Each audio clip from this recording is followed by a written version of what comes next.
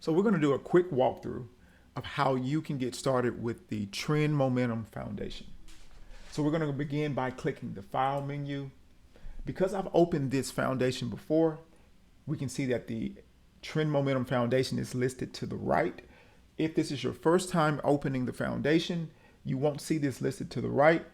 No worries, simply go to Open Chart Book right here, and you would click into Open Chart Book, begin typing ATS, and then you should see all of the models and foundations that you have access to. So then we're going to go ahead and click on Trend Momentum from the right panel.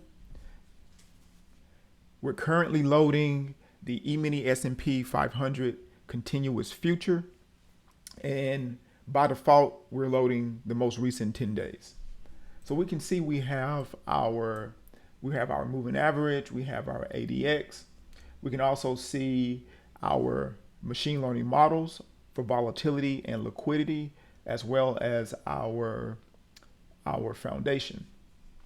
So let's start by changing our settings. So we see we have the 5-minute time frame loaded. We'll leave that as is. So I'm right clicking, I'm going to studies. That's going to pull up this panel where I can alter the value for the ADX as well as for the moving average. So let's look at our moving average. So currently we're looking at the 30 period moving average. So how about we change this to the 12? And then we're going to go to our ADX, and our ADX length is set to 5. Let's change this to 8. And again, I'm just randomly selecting values to just illustrate how you could go through your workflow. So we have our settings for our ADX and our settings for our moving average. Let's go into our foundation and take a look at our trade and risk management. Okay, so we're going to exit dynamically, but let's exit dynamically based on the moving average.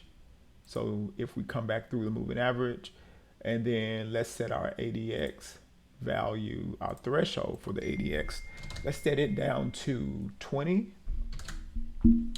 And then we're going to use dynamic risk management.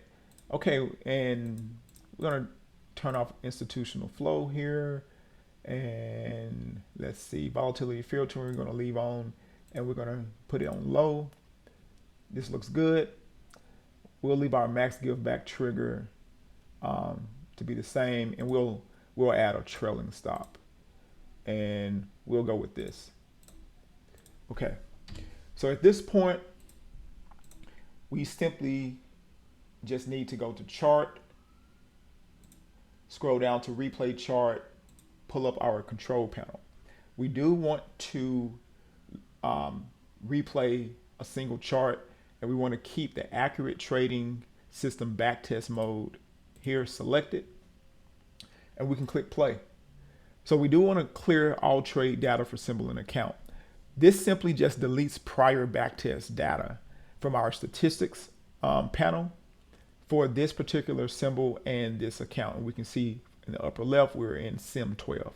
So we click OK. That's going to reload our data.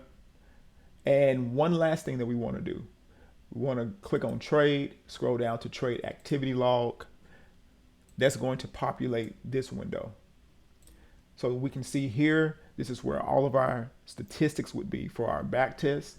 We could also look at our trades, each individual trade that we took over the period of the back test, our period stats, etc. So we're going to minimize this. You want to pay attention to this QC as well. Your back test is ready to start once this QC value is at 0. If it's a value greater than 0, that simply means that the system is still doing some background processing, loading data. So you don't want to begin your back test until that data is completely loaded. And you also want to make sure that you are not connected to the live data feed. So let's move this out of the way. And to ensure you're not connected to the live data feed or to disconnect, you would simply click on File, scroll down to Disconnect here, and that would disconnect you from the data feed. Now you're ready to begin your back test. So you just simply click play. And you can see our machine learning models start reading in data and they start making forecasts for volatility and liquidity. And our machine learning models are what inform our dynamic risk management and a lot of other features, institutional flow. So we're at the end of this particular day. Let's see, can we speed this up? So I'll just click on speed, scroll down, and let's see, can we speed this up to the next day? Okay, we sped up to the next day. And let's slow things down.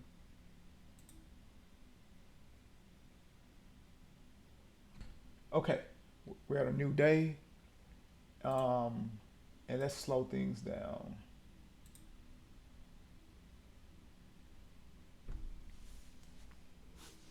And we can see we're taking different trades. And it's literally that simple to get up and running and begin experimenting with your trade ideas.